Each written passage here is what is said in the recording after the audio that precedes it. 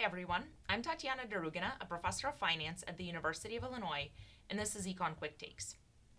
When people talk about life in Europe, they often highlight the generous public services, universal healthcare, generous paid family leave, free or low cost college, and so on. And many of them want the US to set up a similar system. So today, I want to talk about how Europe pays for its generous social services. The short answer is, of course, taxes. But the devil is in the details. You might think that all those social programs in Europe are funded by taxing the rich. But here's an important fact: Europe's tax systems are actually much less progressive than the one in the US. Let's unpack that. In the US, federal income taxes are very progressive, which means that the more you earn, the higher your tax rate is. Yes, some rich individuals exploit loopholes and pay a much lower rate, but the majority do not.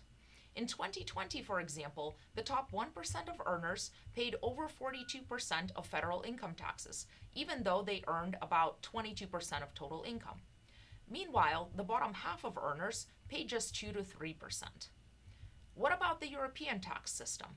European countries rely much more on taxes that a large share of the population pays. A key example is value added taxes, or VATs.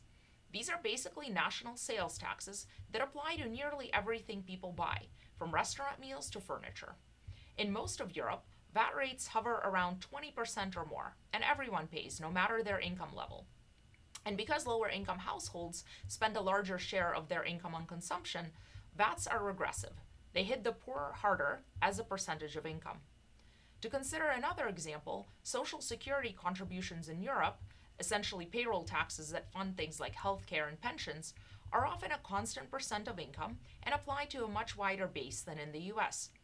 That means middle income workers in Europe contribute a lot toward the social safety net. In other words, Europe's generous safety net isn't just paid for by taxing the rich, it's funded by taxing almost everyone. There are other parts of the system that make the total tax burden in the US less progressive than when we only consider the federal income tax.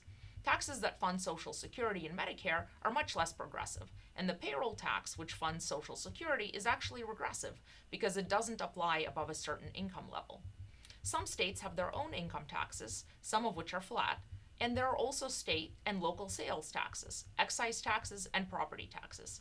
Ultimately, what that means is that the progressivity of taxes as a whole depends in part on which state you live in.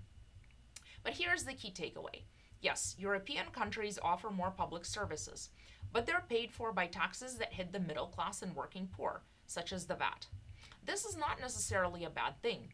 Economists often favor a broad tax base, where taxes apply to more people and more types of activity. Why is this? Because broad taxes are harder to avoid, more stable, and less distortionary. A tax system that spreads the burden across more people and economic activity can often raise more revenue with lower rates, and without discouraging work, savings, or investment as much. Now, you might ask, could the US go a different route than Europe and just tax the rich? That would be a risky and likely unsustainable endeavor. For one thing, the math just doesn't work. Even taxing the top 1% far more aggressively wouldn't raise enough revenue to cover the cost of European style benefits.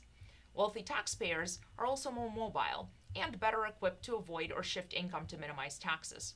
Concentrating the burden on them makes the system less stable and more vulnerable to evasion.